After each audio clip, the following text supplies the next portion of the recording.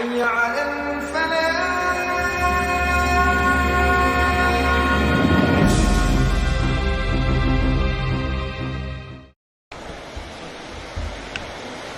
Assalamualaikum warahmatullahi wabarakatuh.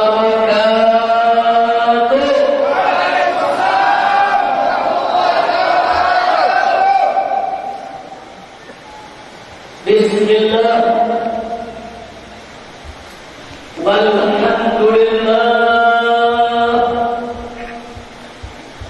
wala hawla wala quwwata illa billah.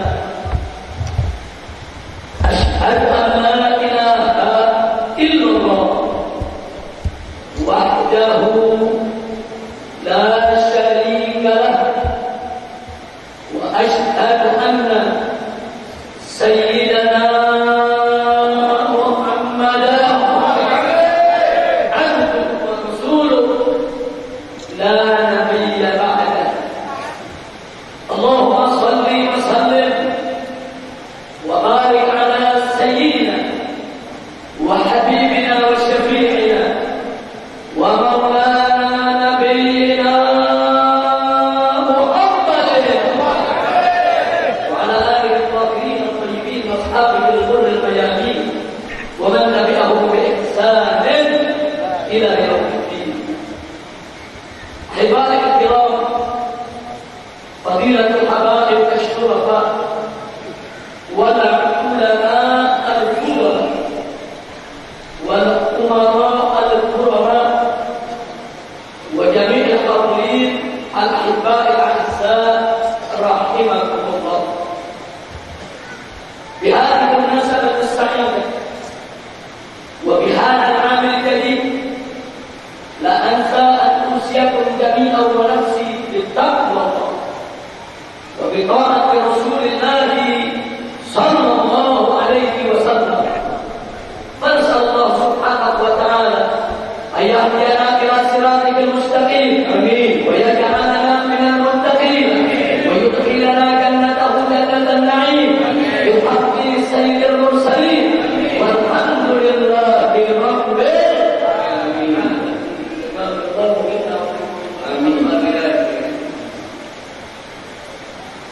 Kepada para habaib, para alim ulama yang sangat kami muliakan dan sangat kami cintai, wabil khusus orang tua kita, guru kita, Al-Muhtaram Syekh Kiai Haji Tuan Guru Muhammad Khalilur Rahman hafizahullah ta'ala wa ardhah wa matallahu bi kulli hayatih wa nafa'ana bi ulumih di wa dunya wal akhirah. Amin ya rabbal alamin. Itu juga kepada orang tua kita, Al-Muhtaram daripada guru yang rutin mengajar di masjid kami ini, Syekh Kiai Haji Tuan Guru Ahmad Subti Anur hafizahullah ta'ala wa ra'ah wa matallahu bi kulli hayatih wa nafa'ana bi ulumih di wa dunya wal akhirah. Amin ya rabbal alamin. Di sini masih ada tuan-tuan guru yang lainnya, masih ada imam besar yang tadi sudah membacakan qiraatnya dengan begitu bagusnya, yaitu yang mulia yang terhormat Ustaz Tuan Guru Saiful Rahman. Adapun saya tidak menyebut satu persatu lagi nama-nama beliau, atau sedikit pun tidak mengurangi rasa cinta mahabbah kita kepada tuan-tuan guru kita semua. Mudah-mudahan semuanya senantiasa diberkahi oleh Allah. Dan di sini juga hadir para habaib. Di sini ada Habib Abdul Rahman, Habib Zakaria, ada Habib Agim, ada habaib yang lainnya. Mudah-mudahan kehadiran para habaib bersama tuan-tuan guru di tempat ini akan menjadi penyebab turunnya rahmat dan barakah. Amin ya rabbal alamin. Dan tidak lupa sampaikan juga salam kehormatan kita pada ulama kita, jajaran pemerintahan kita, sipil TNI maupun Polri. Teristimewanya untuk sahabat saya tercinta, itu Bapak Gubernur daripada Provinsi Kalimantan Selatan, yaitu yang terhormat Bapak Haji Jabir. Di sini juga ada sahabat saya. Ini beliau ini adalah anggota DPD RI yang mewakili untuk Kalimantan Selatan ini. Alhamdulillah, mudah-mudahan kehadiran beliau-beliau di sini akan lebih memperkokoh ukhuwah Islamnya kita semua. Amin ya rabbal alamin. Hebat ya. Saya datang kembali tidak sendiri. Saya dampingi dengan Adik Muhsin Ahmad Al-Attas, yaitu beliau adalah ketua daripada DPP FPI yang membidangi dakwah. Dan saya juga dampingi dengan Habib Abdul Rahman Ahlega As-Sakra dari Jawa Timur. Beliau adalah ketua DPP FPI yang membidangi jihad dan penegakan khilafah. Kemudian saya juga dampingi dengan sekjen, yaitu Kiai Haji Ahmad Sobri Lubis, bersama wakilnya Kiai Haji Awid Masburi, yang pada malam hari ini ikut mendampingi saya, termasuk Al-Ustaz yaitu Maman Supriyadi selaku Panglima Laskar Pembela Islam tingkat nasional. Alhamdulillah, satu kehormatan bagi kami pada malam hari ini kami bisa berkumpul bersilaturahmi bersama para tuan-tuan guru di Kalimantan Selatan, sekaligus juga bersama Pak Gubernur dan tokoh-tokoh yang lainnya. Dan juga satu kehormatan bagi kami kalau pada malam hari ini akhirnya lewat pimpinan daerah FPI Kalimantan Selatan bisa dideklarasikan sekaligus dilantik dan dikokohkan di tempat yang mulia ini, tempat yang berkah ini, yaitu Masjid Raya daripada Sabilul Muhtadi. Mudah-mudahan peristiwa bersejarah ini akan menjadi titik awal untuk lebih memperkokoh ukhuwah Islamiyah di antara kita semua, dan untuk lebih meningkatkan semangat kita dalam rangka untuk menguatkan iman dan takwa kepada Allah. Amin ya rabbal alamin. Hebat ya. Saya sangat terkesan dari tausiah sambutan singkat padat ringkas jelas yang disampaikan oleh Ketua Majelis Syuro DPD FPI Kalimantan Selatan, yang juga adalah pimpinan Pondok Pesantren Darussalam, yaitu Tuan Guru Muhammad Fadil Ahmad, di mana tadi beliau dalam usia yang sudah cukup lanjut, orang tua kita, tapi luar biasa semangat beliau di dalam mendorong kita untuk menegakkan amar ma'ruf nahi munkar. Karena itu, kalau beliau tadi sudah menyinggung berapa pentingnya perkara yang terkait dengan persoalan amar ma'ruf nahi munkar, saya ingin mengajak semua kaum muslimin yang berada di tempat ini, kita sebagai ahlus sunnah wal jamaah tentunya tidak ada yang tidak kenal dengan tokoh yang bernama Al-Imam Al-Ghazali radhiyallahu ta'ala anhu. Al-Imam Al-Ghazali ini merupakan muassis aqidatul Asy'ariyah al-Mutaakhirin. Ini merupakan pendiri daripada akidah Asy'ari, bahkan muhaqqiq dari kalangan Mutaakhirin. Dan beliau punya sebuah kitab yang monumental yang dikenal di seantero dunia. Itulah kitab yang diberi judul Ihya Ulumuddin. Di dalam kitab Ihya Ulumuddin yang berjilid-jilid itu ada sebuah pembahasan yang beliau beri nama Kitabul Amri bil Ma'ruf wal Nahyi 'anil Munkar. Di dalam kitab tersebut beliau menukilkan sebuah hadis dari Nabi kita Sayyiduna Muhammad sallallahu alaihi wasallam yang disampaikan oleh seorang sahabat yang mulia, yaitu Abu Umamah Al-Bahili radhiyallahu ta'ala anhu. Apa hadisnya, saudara? Mari sama-sama kita dengarkan, mari sama-sama kita simak, mari sama-sama kita kaji, mari sama-sama untuk kemudian bisa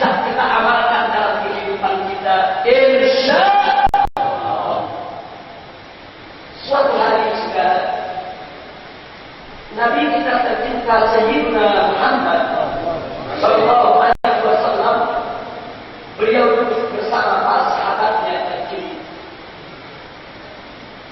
Begitu duduk, tiba-tiba Nabi mengeluarkan sebuah pertanyaan, melontarkan sebuah pertanyaan kepada para sahabat yang membuat para sahabat terkejut. Apa pertanyaannya? Dia mengatakan kepada para sahabatnya, "Kaifa antum idza takhassakum wa fasaka subhanakum wa taraktum jihadakum?" Jadi kata Nabi, "Hei para sahabatku, hei pengikutku, hei umatku, kaifa antum, bagaimana kamu sekalian, tidak dapat nisaukum, jika di suatu hari nanti perempuan-perempuanmu durhaka, wa fasaka subhanakum, dan pemuda-pemudamu durjana, wa taraktum jihadakum, dan engkau sekalian ramai-ramai meninggalkan kewajiban jihadmu." Jadi Nabi tanya kepada para sahabat juga pertanyaan tentang Islam. "Hei umatku," kata Nabi, "bagaimana kamu jika di suatu hari nanti akan terjadi di mana perempuan-perempuanmu durhaka, pemuda-pemudimu durjana, kewajiban jihad kamu tinggalkan mereka? Kaifa antum, bagaimana kamu sekalian?" Sahabat terkejut, saudara. Kenapa para sahabat Nabi terkejut? Karena di benak para sahabat Nabi kita, Islam makin hari makin baik. Dan mereka lihat, Islam makin hari makin maju, Islam makin hari makin tersebar di mana-mana. Dulu para sahabat Nabi, saudara, sebelum mereka kenal Islam, mereka hidup dalam alam jahiliyah. Ya, dalam kehidupan alam jahiliyah, perempuan mereka durhaka, pemuda mereka durjana, yang jihad mereka tidak kenal, saudara. Tapi setelah mereka mengenal Islam, perempuan-perempuan mereka menjadi baik, anak-anak mereka menjadi baik, semangat jihad mereka membara. Makin hari Islam makin luar biasa. Tidak pernah terpikir oleh mereka kalau suatu saat itu semua akan sirna, akan kembali seperti semula, saudara. Maka mereka kaget. Dalam kekagetan mereka bertanya kepada Nabi. Mereka bertanya, "Akaimu dzalika ya Rasulullah?" Wahai Rasulullah, apa iya hal seperti itu akan terjadi? Saudara, para sahabat bertanya, bukan nggak percaya kepada Nabi. Para sahabat bertanya, bukan nggak percaya dalam berita yang Nabi sampaikan. Tapi mereka bertanya karena mereka kaget, terkejut, umat Islam akan seperti itu. Bagaimana tidak kaget? Setelah para sahabat meninggalkan alam jahiliyah, setelah mereka mengenal Islam, Allah memuji mereka dalam firman-Nya, "Kuntum khaira ummatin ukhrijat lin-nas." Engkau sekalian adalah umat yang terbaik yang dikeluarkan oleh Allah untuk umat manusia. Apakah setelah umat Islam dipuji sebagai umat yang terbaik, generasi yang akan datang bisa begitu rusak? Apa jawab Nabi, saudara? Begitu sahabat bertanya, "Akan dzalika ya Rasul?" Apakah yang begitu itu akan terjadi ya Rasul? Nabi pun menjawab, saudara. Dengan jawaban yang membuat sahabat makin terkejut. Kata Nabi alaihi salatu wassalam, "Na'am, walladzi nafsi biyadihi, wa asaddu minhu saya." Ya, kata Nabi, ya, itu akan terjadi. Walladzi nafsi biyadihi. Demi zat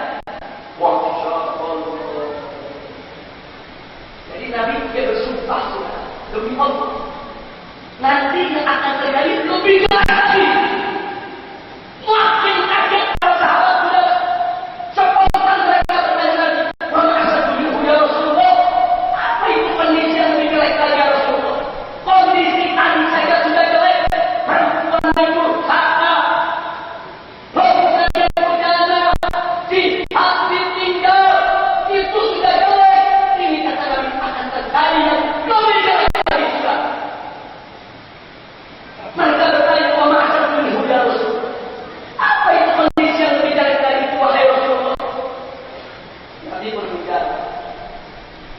Jawaban Nabi dengan pertanyaan Nabi.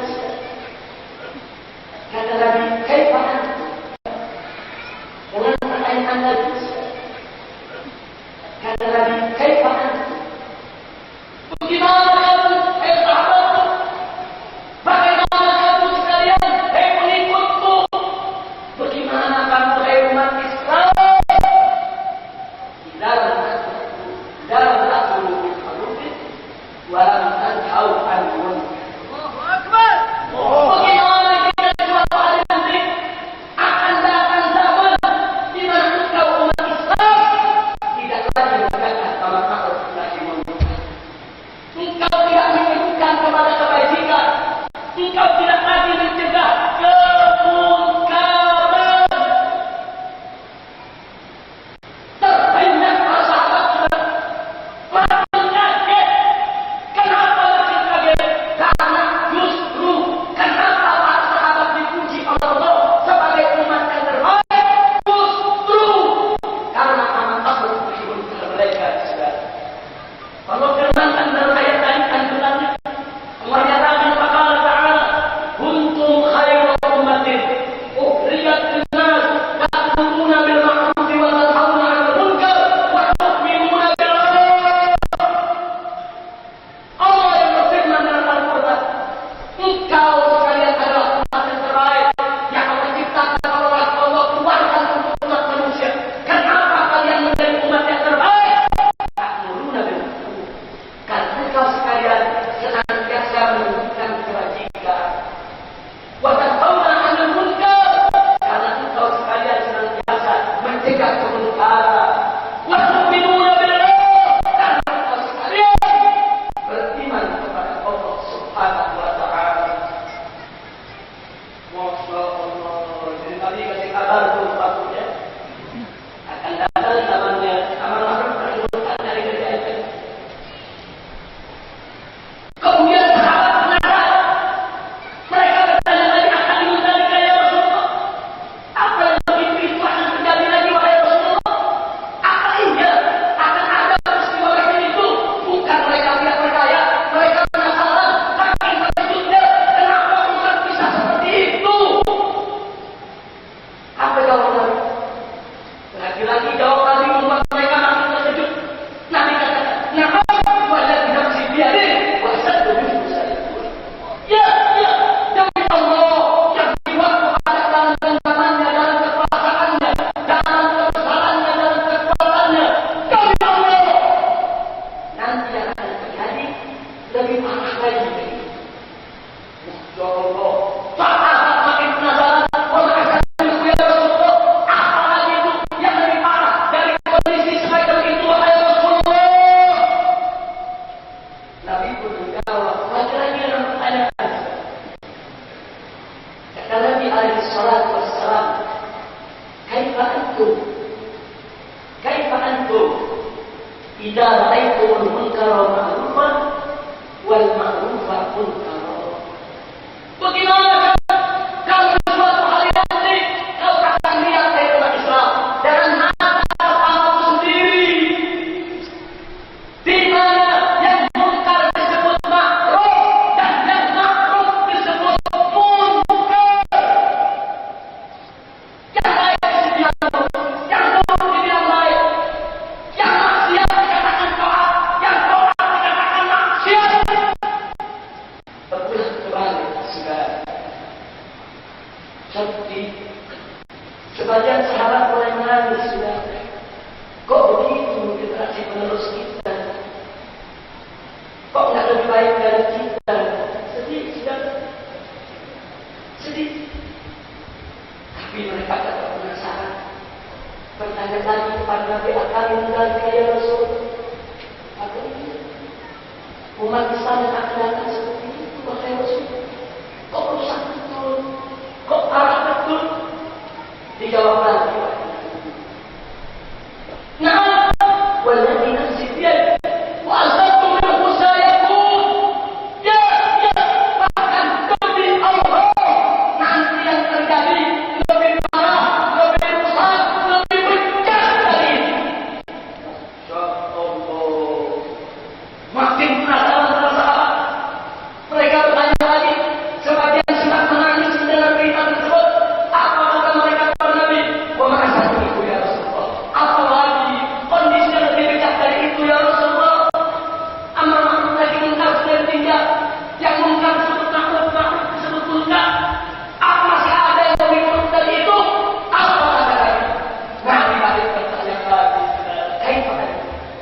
Bagaimana kamu jika di suatu hari nanti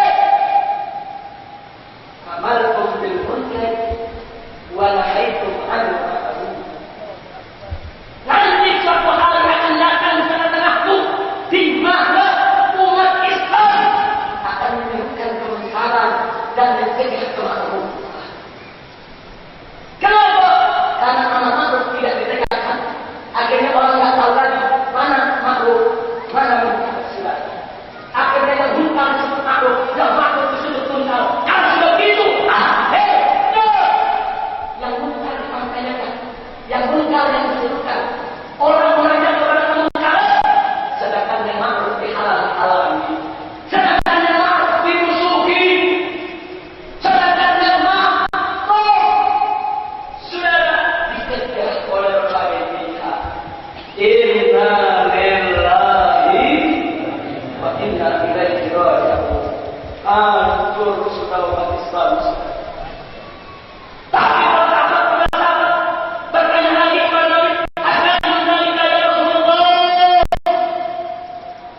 Apakah yang demikian itu akan terjadi ya Rasulullah? Urusan betul umat akan datang.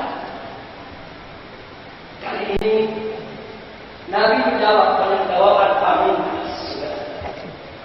Yang setelah jawaban ini, para sahabat tidak bertanya lagi soal ini.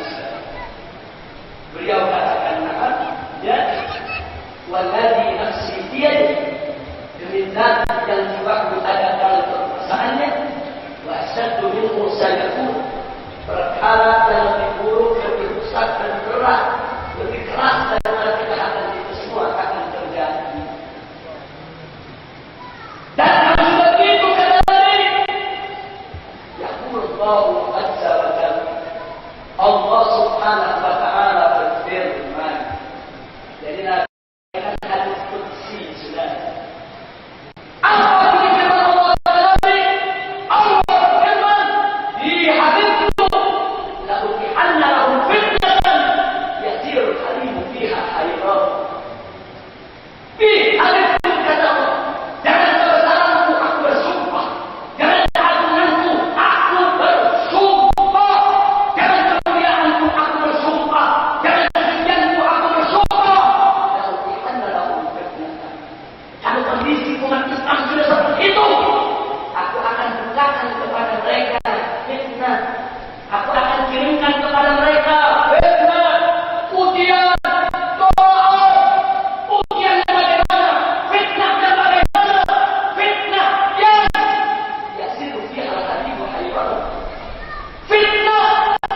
yang membuat orang-orang alim dan bijak kebingungan, saudara. Sampai orang alim kebingungan, orang bijak kebingungan. Kenapa? Karena kalau kondisi umat seperti itu, doa mereka dikabulkan lagi, saudara. Bagaimana orang alim, orang bijak tidak kebingungan? Bagaimana orang alim, orang bijak tidak kebingungan? Istighfar berkali-kali Allah mengabulkan. Doa berkali-kali Allah mengabulkan.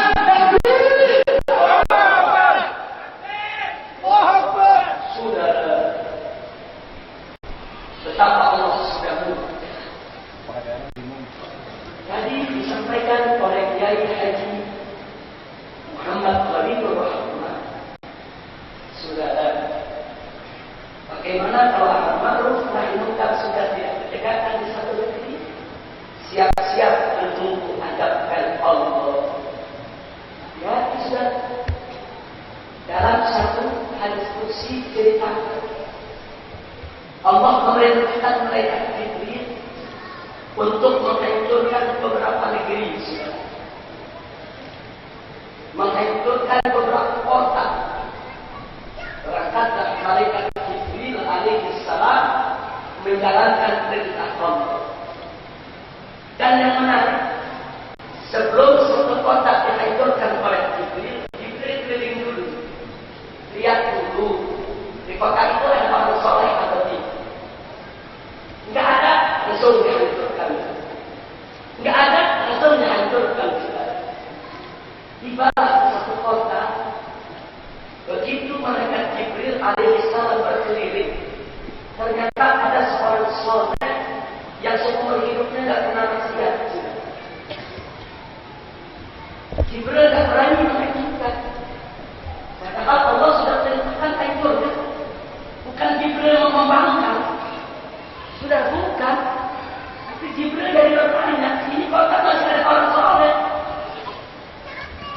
kuat ya.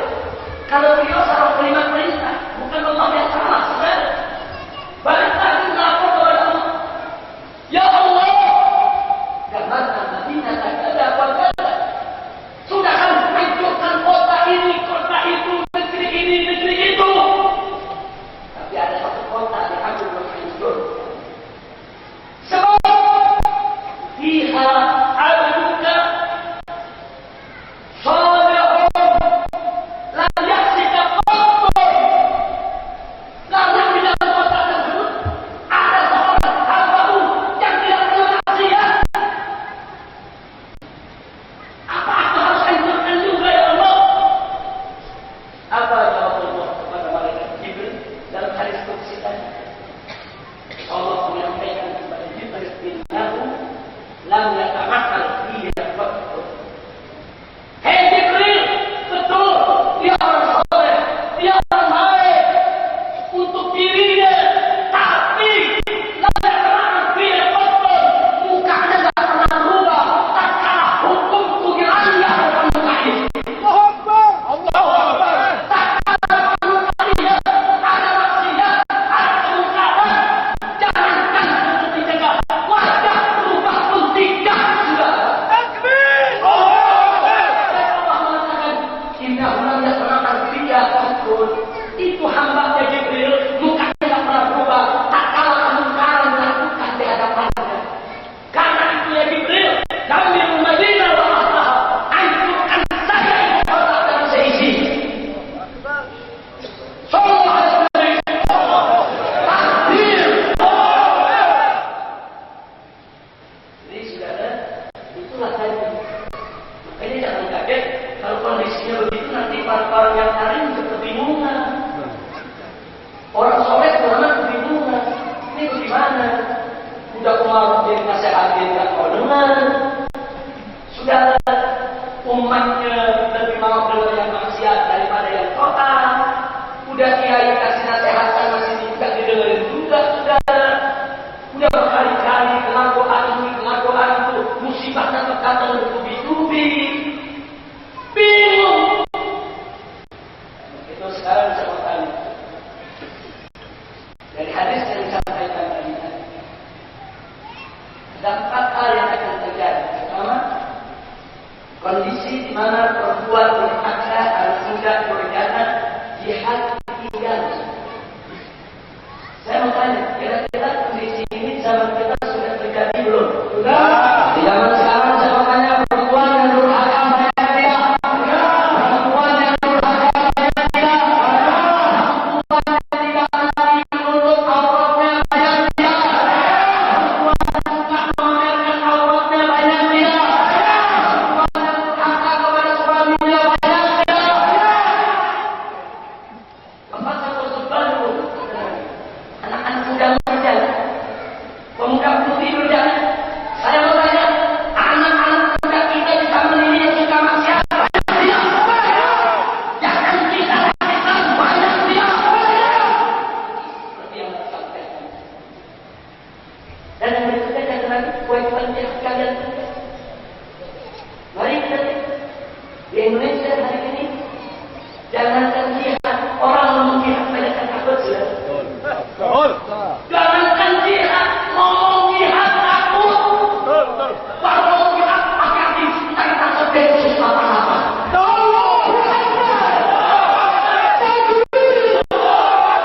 Takut dan tahu dan selamat. Kalau saya menyebutnya salat 8 rakaat. Allah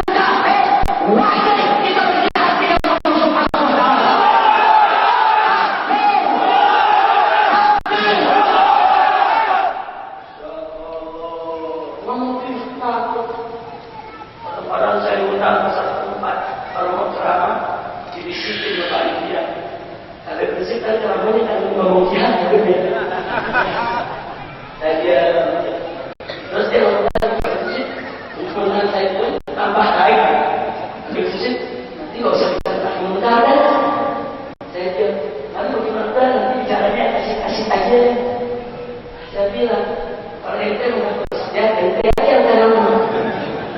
Kalau ada jauh-jauh ketemu saya, betul?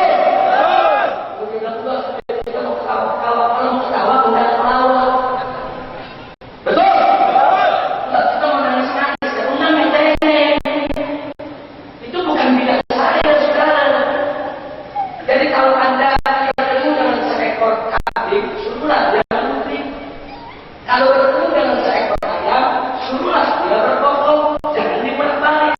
Ayam disuruh menuntut, kambing disuruh berkokok, mati. Betul? Betul? Jadi semua harus sesuai bidangnya masing-masing. Mau yang segi undang, yang bisa menguraikan ayat kita. Mau tawaf kuda yang bisa mengundang tawaf kita. Mau semangat kuda yang bisa membangkitkan semangat kita. Jadi masing-masing biarkan dia tampil dengan jati dirinya, tidak usah diubah-ubah menurut selera panitia atau menurut selera yaitu umat. Umat itu bukan penonton, saudara. Jadi ulama ada kenapa bukan untuk memuaskan umat, bukan, tapi untuk menyadarkan umat, meningkatkan iman takwa umat, bukan untuk memuaskan. Ini bukan tontonan, ini bukan bioskop, ini bukan panggung hiburan, bukan. Ini adalah dakwah. Insya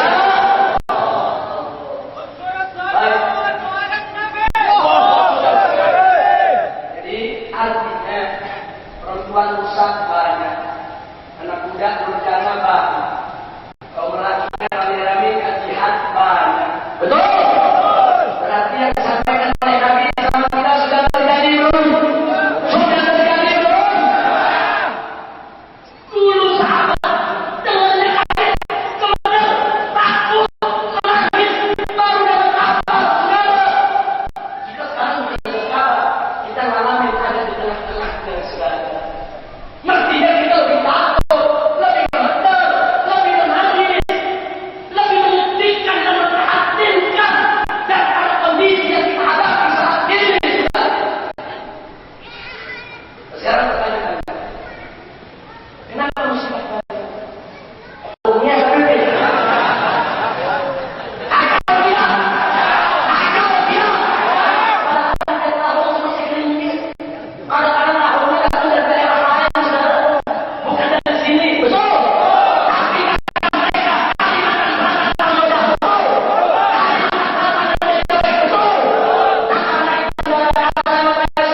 Kira-kira kami kumpulkan Kalimantan Selatan, orang tua kita, bapak, adik, adik, menutup semua tempat tahu, menutup semua tempat wisata.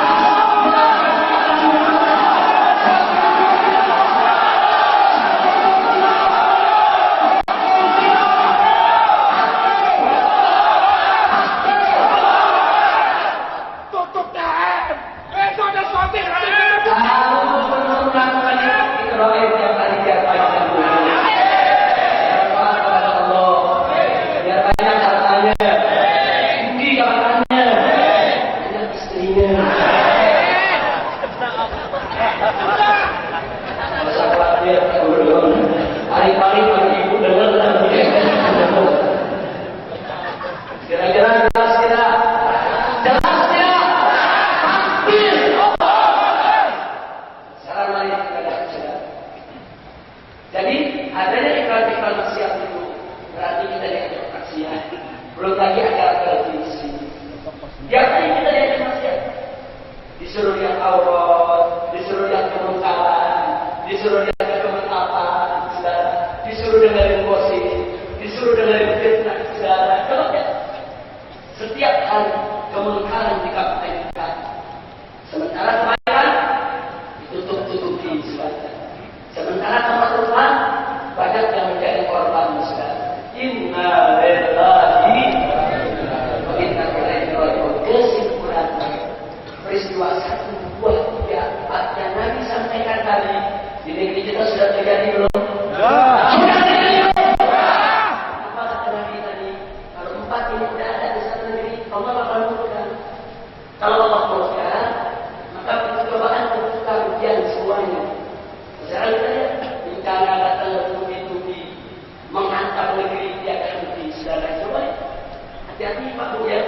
Siapa yang membuat masyarakat Republik Indonesia, siapapun, berarti dia sudah ikut andil mengundang murka Allah. Berarti dia ikut menanam saham di dalam mengundang murka Allah. Kalau soal bencananya baru terjadi di Sumatera, baru terjadi di Jawa, belum mampir ke Kalimantan, itu cuma nunggu waktu saja. Kalau kita tidak mau beriman bertakwa kepada Allah, kalau kita tidak menegakkan amal ma'ruf tadi munkar, tapi kalau kita tegakkan amal ma'ruf tadi munkar, semata-mata itu untuk mengharapkan ridha Allah. Insya Allah bencana tidak akan pernah mampir ke Kalimantan Selatan. Amin ya Rabbal Alamin. Besok peresmian THR. Habis langkah pada masjid pembuka peresmian THR terbesar. Diskotik Athena. Tapi Pak Ustaz, ada Pak Gubernur. Mudah-mudahan Pak Gubernur bisa melobi Pak Wali Kotanya supaya diskotik, apalagi kalau 100 meter dari masjid nggak boleh. Kalau ada peraturan itu, ibadah nggak boleh.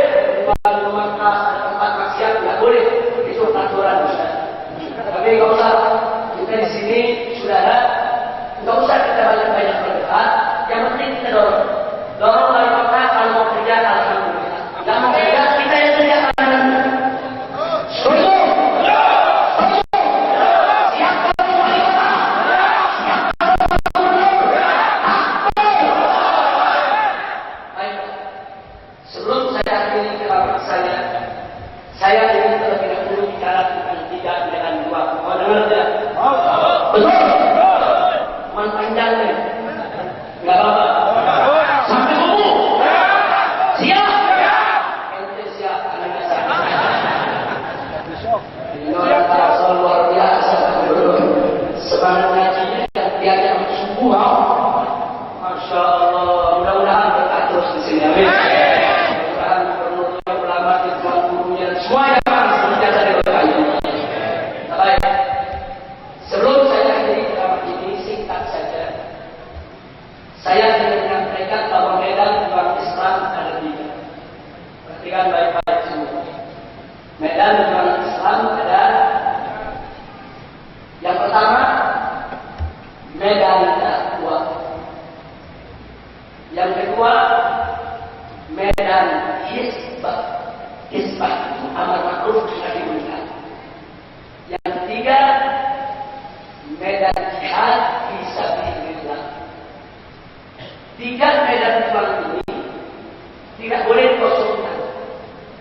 3 medan perang ini semuanya harus diisi. 3 medan perang ini harus sinergis, harus saling melengkapi, menyempurnakan. Tidak boleh saling menyerang, justru harus saling mengisi. Nah, ketiga medan ini ada cirinya, ada syaratnya, ada rukunnya. Masing-masing membutuhkan orang-orang yang punya spesialisasi di medan-medan tersebut.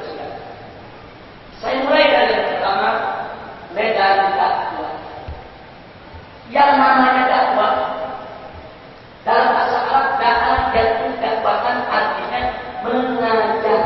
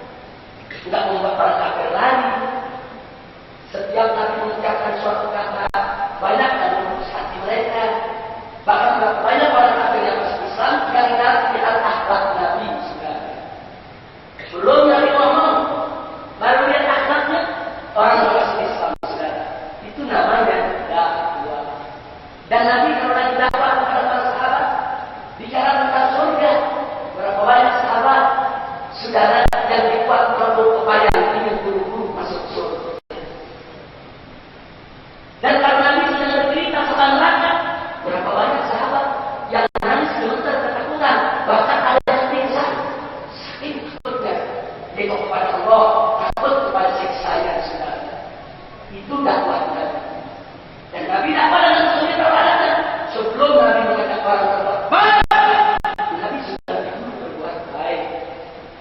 Maka itu samanya dakwah Nabi indah bila, dakwah Nabi santun bila, ramah bila, menarik bila, simpatik bila, semua Nabi. Itu dakwah. Dakwah harus seperti. Sekarang yang kedua, Medan hisbah. Apa itu hisbah? Al-amru bil ma'ruf wa nahyi 'anil munkar. Amar ma'ruf nahi munkar. Apa itu amar ma'ruf? Amar yang amron, nyuruh, memerintah sudah. Jadi kalau namanya nyuruh, perintah, itu harus tegas, bukan nyuruh. Pak Gubernur buat surat perintah kepada para wali kota, buat surat perintah kepada para bupati, surat itu mesti tegas, perintah, bukan menurut sudah. Yang namanya perintah harus tegas. Amarul amron, nyuruh. Jenderal lagi menyampaikan pasukan, memberikan komando, suaranya lantang dia, tegas dia, siap, siap. Tegas dia. Kenapa? Jadi dipatuhi sama prajurit. Coba kalau ada jenderal dia tidak tegas. Siap, gerak. Kira-kira pasukan satu atau dua? Dua. Itu mayor di bawah berapa? Jenderal bego. Betul. Jadi kalau begitu saya makanya nyuruh itu lembut atau tegas? Lembut atau tegas? Lembut atau tegas? Tegas.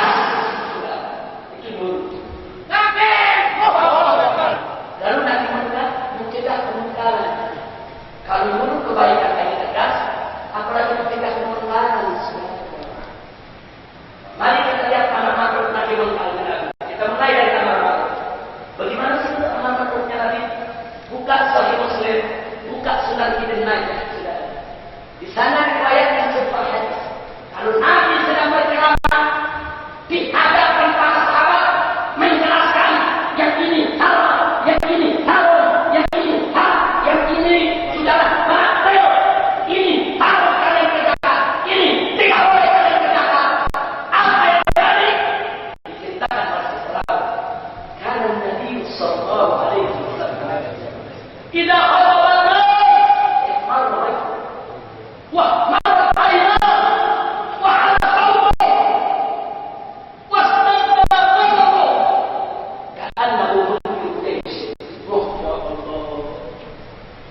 apa kata hadis dulu Nabi kalau sudah bicara dengan Islam sudah menjelaskan mana hak, mana batil, apa yang terjadi? Marwah muka Nabi merah. Riwayat lain mengatakan wah marwah kedua mata Nabi merah. Wah sebab langsung sudah. Wah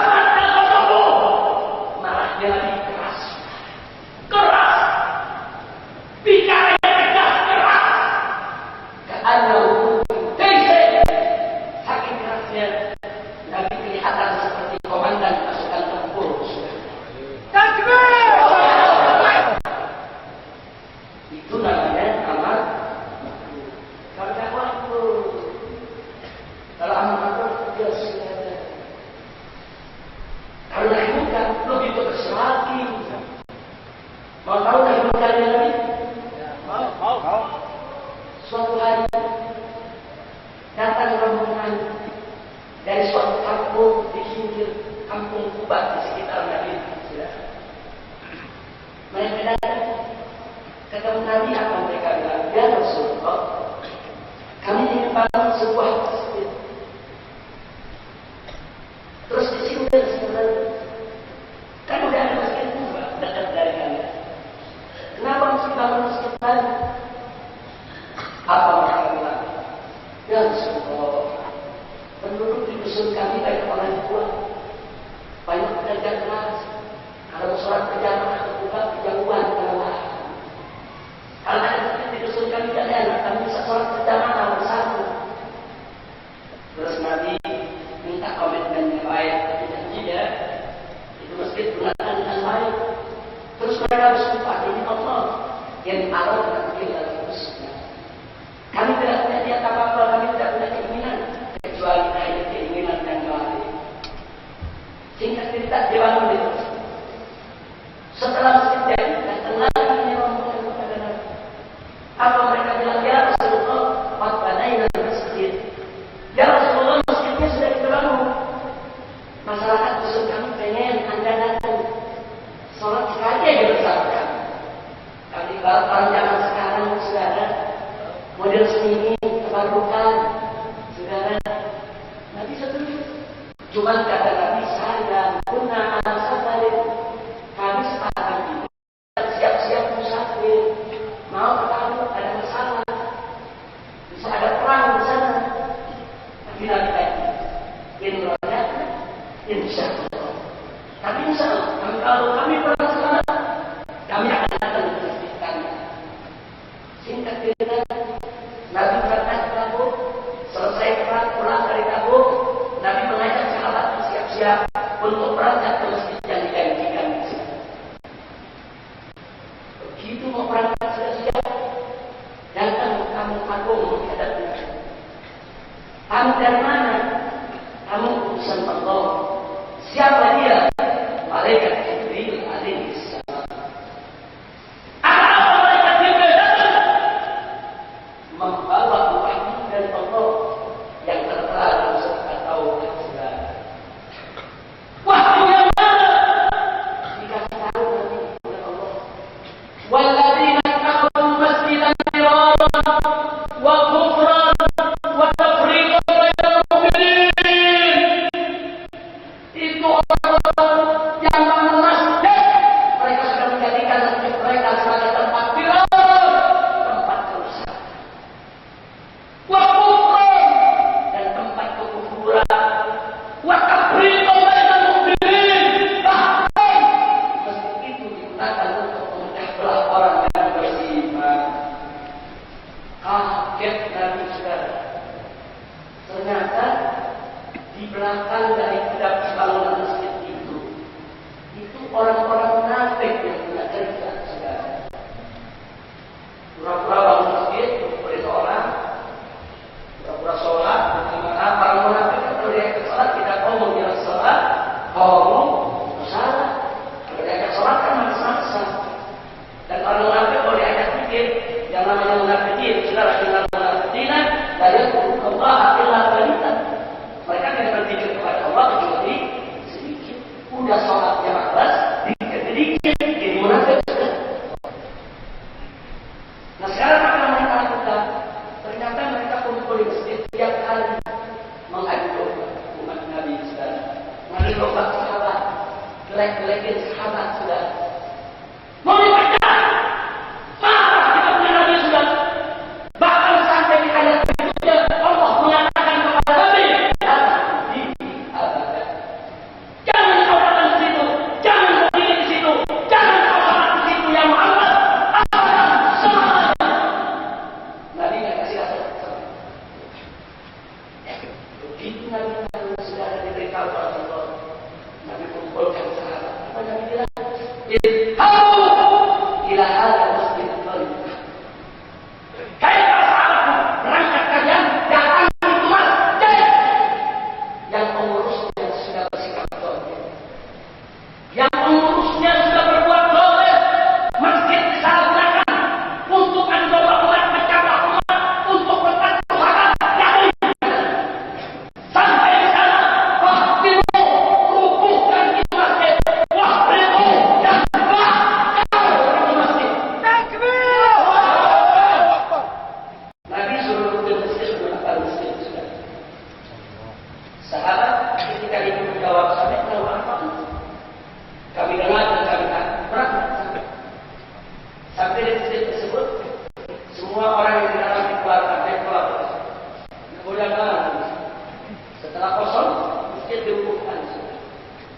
Setelah dilakukan, dibakar, ratakan dengan minyak masjid.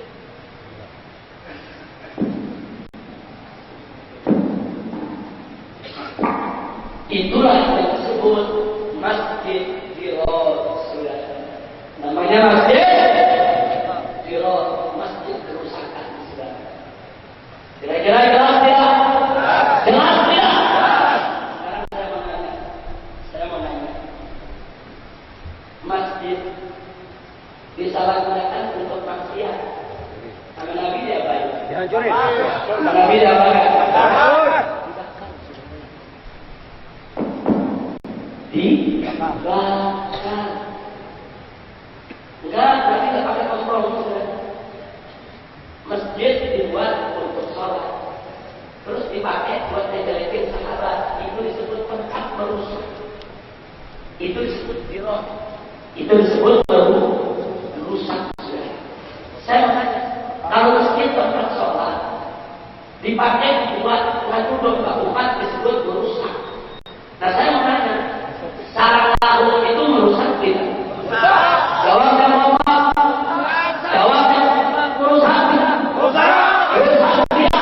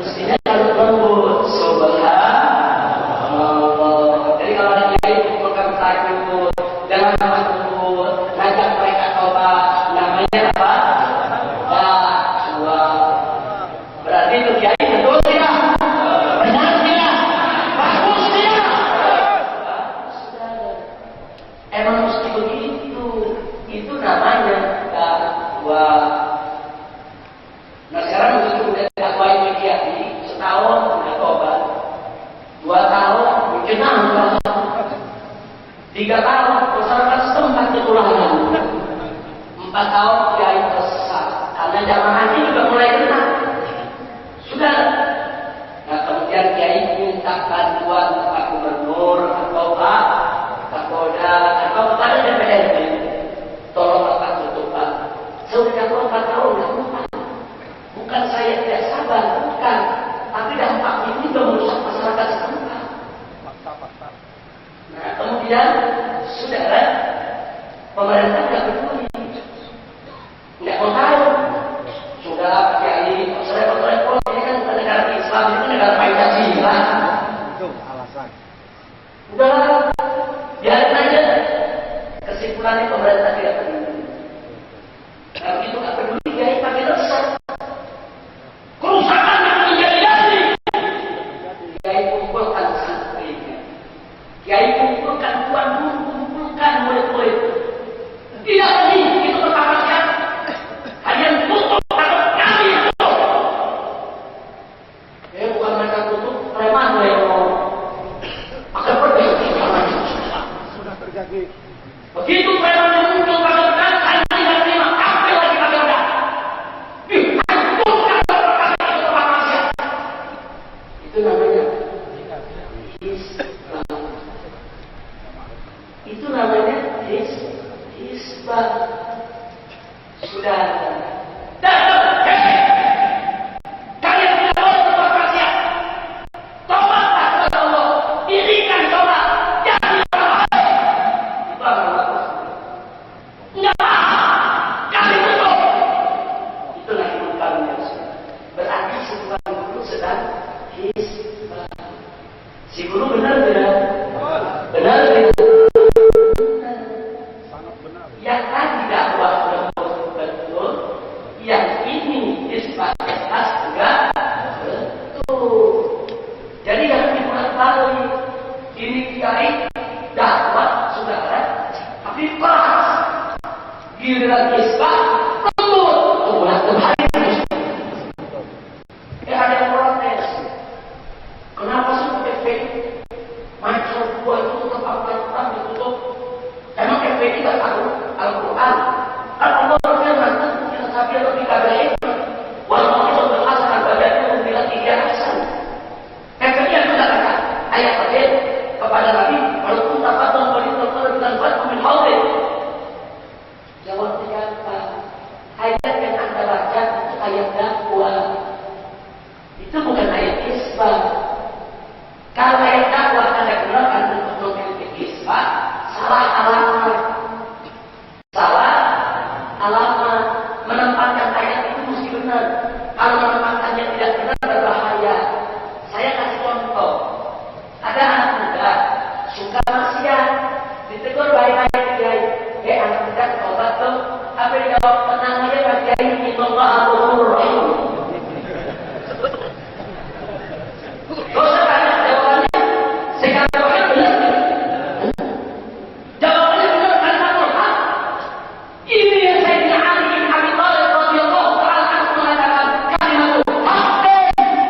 Turun di hati. Kalimat hak. Tapi disalahgunakan dengan kebatilan. Kalimatnya hak. Innallaha ghafurur rahim. Hak.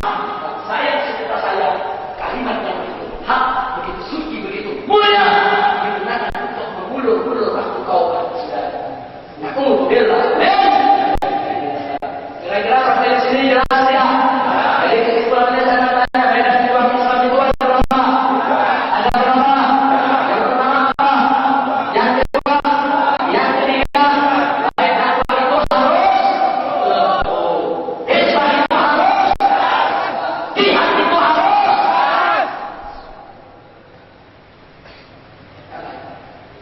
Akhirnya saya mengatakan semua umat Islam wajib untuk mengisi ketika di baru. Harus ada umat Islam bertakwa, harus ada umat Islam yang Islam, dan harus ada umat Islam yang jihad. Sedangkan Nabi kita tercipta Sayyidina Muhammad sallallahu alaihi wasallam adalah insan kamil, manusia sempurna. Nabi adalah uswatun hasanah. Nabi saudara menjadi uswatun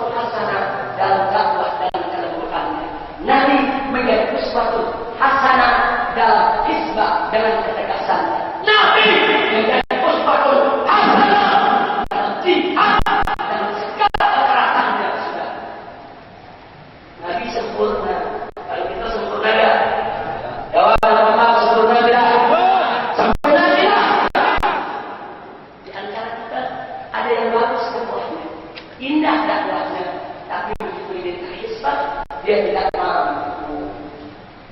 Bukan tidak mau, bukan dia tidak mampu. Kenapa? Satu, mungkin karena faktor usia. Dia sudah terlalu tua, tidak mungkin lagi bergerak seperti anak muda di jalanan. Dua, mungkin karena faktor kesehatan. Dia punya penyakit yang kita tidak tahu sudah, yang dia tidak boleh terlalu banyak bergerak yang bisa membahayakan kesehatan. Atau mungkin yang ketiga sudah karena faktor prioritas. Dia seorang guru punya pondok pesantren, muridnya ada 20.000. Dia yang menjadi kurang punggung pesantren. Kalau dia dulu tidak ditangkap, 20.000 santrinya besok tidak ada yang ngajar sudah. Ada prioritas, bukan dia tidak mau, maka ada tanggung besar yang harus diselesaikan sudah. Atau mungkin yang keempat, memang dia tidak punya keberanian. Orang kalau tidak punya keberanian, tidak boleh dipaksa. Sayyidina Sayyidatuna Aisyah radhiyallahu ta'ala anha pernah mengeluarkan fatwa. Apa kata Siti Aisyah? Laki-laki pemimpin makruh ikut jihad. Itu fatwa Siti Aisyah. Bahkan ada ulama yang memfatwakan laki-laki pemimpin haram. Tidak boleh. Kenapa? Karena bisa menjadi penyakit mempengaruhi semangat yang lain. Bisa-bisa kalau lagi semangat gara-gara ketakutan yang tinggi jalanan. Yang lain belum sudah. Betul. Jadi jangan suka maksa. Dan sudah kita kata-katain itu penakut dan tidak boleh, sudah tidak boleh. Jadi kalau memang dia bagus dakwahnya, teruskan saja dakwahnya. Teruskan. Bagaimana Hizbahnya? Serahkan saja kepada ahlinya. Yang penting dia jangan jadi penghalang. Yang penting dia jangan mencaci maki orang yang sedang Hizbah. Saling hukum, saling muka. Indah tidak? Yang kedua, ada orang kebalikan. Hebat Hizbahnya. Hebat jihadnya. Yang sudah dengan saudara, luar biasa. Musuh sebanyak apapun yang bisa hadapi, dia tantang, dia bukan. Keras. Tapi begitu disuruh dakwah dan membuat, tidak bisa. Maka 30 tahun orang kerjaannya orang mengaksa. Tahu-tahu disuruh dakwah dan membuat, mana bisa.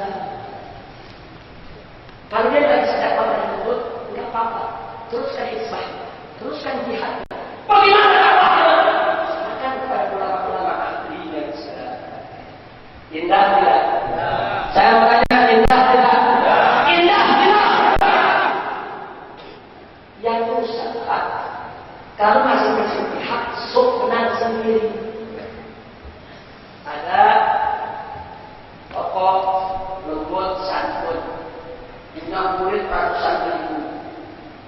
Nah kemudian sudah ada dakwahnya bagus, pindah. Begitu ada saudaranya melakukan Hizbah dengan tegas, dia kata-kata apa tuh kalau melakukan komentar itu bukan ajaran Nabi, itu bukan ajaran Quran, itu radikal, ekstremis, tahu? Ada. Terjadi, Pak. Terjadi itu. Terjadi. Ya sudah, ini yang rusak persatuan. Ini yang rusak persatuan umat. Enggak boleh dia melakukan yang harus dilakukan. Enggak boleh dia mencaci maki saudara yang berjihad. Kalau dia sudah tidak mampu, doa dan mampu melakukan jihad. Takbir. Takbir. Jadi dia boleh tertipu. Dan ada waktu yang tersebut, punya murid ratusan ribu, dia tertipu. Dia merasa paling suci. So suci. Begitu juga kebalikannya. Ada orang yang Hizbahnya baik, hebat, luar biasa udara, jihadnya juga luar biasa. Berbagai macam menaikkan tempur, begitu tempur udara. Tahu, pengakunya banyak, orang cintanya banyak, juga ratusan ribu, luar biasa.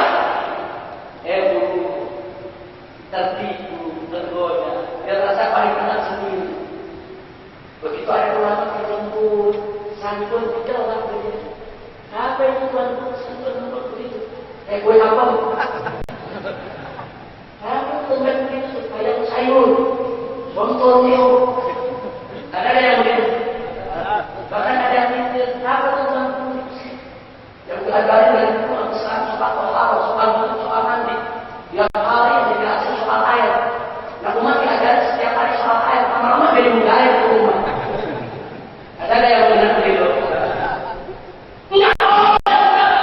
Itu orang sodakoh. Sopak kawan.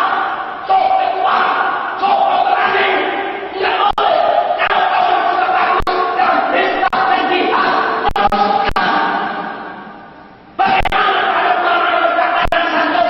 Dukung mereka. Bela mereka. Muliakan mereka. Bukan kau hina. Bantu kau wilayah dia. Jangan selama melihat kau hisbah. Allah pasti menang. Jangan-jangan mungkin karena doanya ulama tadi. Jangan lupa sudah banyak ulama-ulama yang telah kau bangun salah mengajar baik. Ya Allah, semua ada menjadi di depanku mereka ya Allah. Aku tidak mampu bertemu seperti mereka. Tolong berikan kebenaran kepada mereka. Ulama tadi tidak boleh. Nah ini yang saya maksudkan tadi. Kita selalu bukan saling menjatuhkan. Kira-kira jelas tidak? Jelas tidak? Sebagai itu, saya berikan perumpamaan. Perumpamaan. Dakwah dan serta jihad. Kalau diumpamakan pekerjaan para petani, dakwah itu menanam kayunya. Hisbah dan jihad itu membasmi hangatnya, termasuk membunuh tikus dan rusak segala. Nah, Rasulullah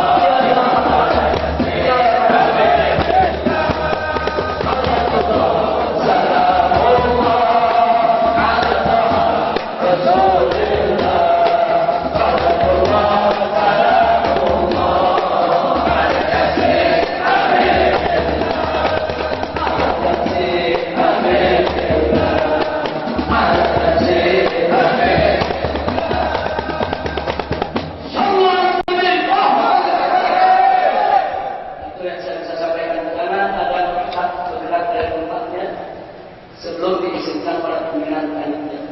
Ikuti acara ini sampai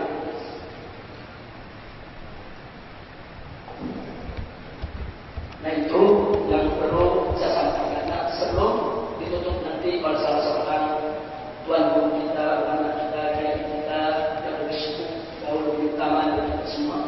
Sebagaimana pesan tadi kabir utamakan nanti lebih tua, mereka lebih pengalaman, lebih dekat kepada Allah, lebih banyak pikir dari kita. Mudah-mudahan doa kita nanti dikabulkan. Amin. Nah, baik, ada beberapa pengumuman yang saya sampaikan sebelum saya bermisi.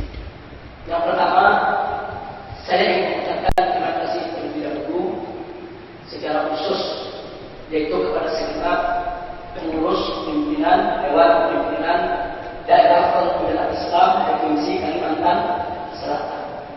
Jadi saya patut memberikan apresiasi bagaimana upaya mereka yang begitu. Jadi berkali-kali mereka melakukan pertemuan, berkali-kali mereka pulang uji di Jakarta, berkali-kali mereka melakukan musyawarah. Nah, dari itu saya ucapkan terima kasih kepada semua pihak yang telah ikut membantu dalam musyawarah, baik para habaib, para tuan guru, termasuk aparatur pemerintah. Memang juga ada banyak memberikan support, artinya tidak menghalangi. Setahu saya seperti itu, apalagi di sini gubernurnya kata kawan saya sendiri. Saya kenal beliau saat beliau berpimpin di Martapura. Saya pernah di sana tahun 90-an. Jadi saya kenal betul, mudah-mudahan beliau senantiasa diberikan taufik hidayah dan selalu mendapatkan kekuatan pemimpin yang berkelanjutan dan mendapat kekuatan untuk menjadi pemimpin yang beriman. Amin ya rabbal alamin. Begitu juga kepada pihak lain seperti Haji Mansur dan keluarga, juga para muallim, para tuan guru dari berbagai pondok pesantren, saya ucapkan terima kasih banyak. Yang kedua, saya juga ingin menyampaikan terima kasih kepada seluruh ormas-ormas Islam yang saya sudah mendapat laporan dari para pengurus yang tinggi di sini bagaimana dukungan yang mereka berikan, sokongan yang mereka berikan, termasuk MUI-nya, MUI-nya, Muhammadiyah, semua. Nah, ini satu hal yang luar biasa dan ini mudah-mudahan menjadi bukti bahwa kita semua adalah bersaudara. Insya Allah. Yang ketiga, pengumuman yang saya sampaikan bagi mereka yang ingin tahu lebih banyak tentang Front Pembela Islam, silakan buka website FPI. Jangan dengar berita di televisi. Sebab di televisi itu apa-apa kemanusiaan yang dilakukan FPI tidak ada diberitakan. FPI turun ke Aceh, 1.300 askar mengangkat mayat-mayat saudara kita, 135.000 mayat, yang 70.000 mayat FPI yang urus mulai dari ambil mayat, evakuasi, masukkan mereka ke kantong-kantong mayat, kemudian kita sholatkan dan kita kumpulkan sebagaimana mestinya. Yang 30.000 mayat lagi kami kumpulkan karena peralatan kami terbatas. Setelah kami sholatkan, kami jajarkan di pinggir jalan. Sebab nanti ada tentara, ada polisi buat dan truk, mereka akan dibawa untuk dibawa ke pemakaman. Artinya 100.000 mayat itu bukan pekerjaan mudah. Itu anak-anak muda besar dari berbagai daerah kita bawa. Mereka tinggal sekolahnya, mereka tinggal kerjaannya, mereka ikuti semua dulu. Apa ada masuk ke sini? Nggak ada. Nggak ada. Nggak ada. Sampai Presiden RI telepon langsung setahun kemudian. Setahun kemudian. Beliau telepon, saya atas nama negara mengucapkan terima kasih kepada Front Pembela Islam yang telah membantu habis-habisan di Aceh. Kenapa setelah setahun? Karena Presiden datang setahun kemudian, dialog dengan masyarakat Aceh. Ditanya. Begitu Presiden tanya dari untuk mengatakan Pak Presiden, kalau kemarin FPI tidak datang dari izin rumah kami, kami belum bisa tinggal di rumah-rumah itu. Kalau kemarin FPI tidak datang dari negeri kami di sini, ke kampung kami di sini, itu ratusan ribu mayat masih ada di jalan. Nggak ada yang mau evakuasinya. Banyak orang evakuasi takut ada virus, ada penyakit tertular ini dan itu dan lain sebagainya. Lalu semua orang akan mengatakan, tolong sampai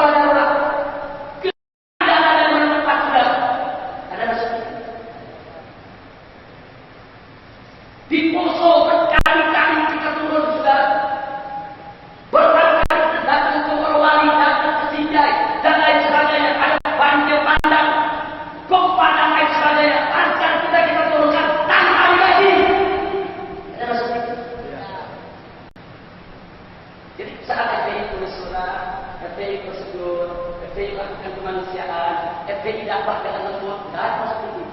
Nah begitu FPI ayo makanya harus sedikit. Begitu FPI bentrok sama liberal dan apa dia dimonarki selalu ulang-ulang. Peristiwanya itu sekali kurang tiap hari, tiap bulan, tiap tahun. Diulang terus dilakukan anarkis. Ada yang tidak? Ada yang tidak? Nah itu kami di FPI kami berkasih kepada media. Kami punya website. Anda mau tahu kita yang sebenarnya buka website kami www.fpi.org.id atau kalau Anda punya handphone, Anda boleh dengarkan radio streaming FPI http kemudian /2 www.radiofpi.org.id. Anda bisa dengarkan itu radio bukan hanya di sini, bahkan di Eropa, di Arab, di Cina, semua kawan-kawan kita bisa mendengarkannya. Semua berita kita sampaikan apa adanya, tanpa disensor, tanpa diedit. Apa yang umat muslim tahu kita beritahukan. Jadi silakan. Nah, di sana Anda bisa dapat berbagai macam tulisan. Di radio Anda bisa dengar berbagai macam judul ceramah dan ustaz-ustaz FPI ini berbagai ayat. Nah, itu pengumuman yang ingin saya sampaikan. Nah, yang selanjutnya, setiap malam 12 Rabiul Awal kami FPI menggelar Maulid Akbar di kota Jakarta. Jadi kami gelar bersama seluruh FPI dan berbagai negara mengirimkan tentu mereka punya urusan. Jadi mudah-mudahan nanti dari Kalimantan Selatan juga bisa hadir bersama. Setiap malam tanggal 12 Rabiul Awal malam Maulid Nabi kita Sayyidina Muhammad sallallahu alaihi wasallam. Yang terakhir, semalam FPI bersama Ormas Islam telah mendeklarasikan Komnas HAM Islam. Allahu Akbar. Jadi kami sudah tidak percaya dari Komnas HAM yang dibentuk oleh negara karena paradigma HAM-nya HAM bukan HAM Islam. Nah, kalau jamaah mau tahu apa HAM Islam, apa HAM barat, satu silakan buka website FPI di sana ada, atau malam ini akan saya serahkan kepada Ketua Konstitusi DPD FPI Kalimantan Selatan selebaran untuk dibagikan kepada para jamaah. Nanti boleh minta ke posko FPI, kita sudah buat selebaran, kita sebar di seluruh Indonesia apa itu HAM Islam dan apa itu HAM barat. Dengan paradigma itulah semalam dalam tahun Islam pimpinan-pimpinan Ormas Islam di Jakarta mendeklarasikan Komnas HAM Islam. Kami akan melakukan pembelaan terhadap umat Islam yang ada di Indonesia yang terdalimi dalam urusan-urusan hak asasi manusia. Insya Allah. Saya pikir ini yang perlu saya sampaikan, saya umumkan. Mudah-mudahan bermanfaat untuk kita semua. Sekali lagi saya ucapkan terima kasih atas segala perhatian.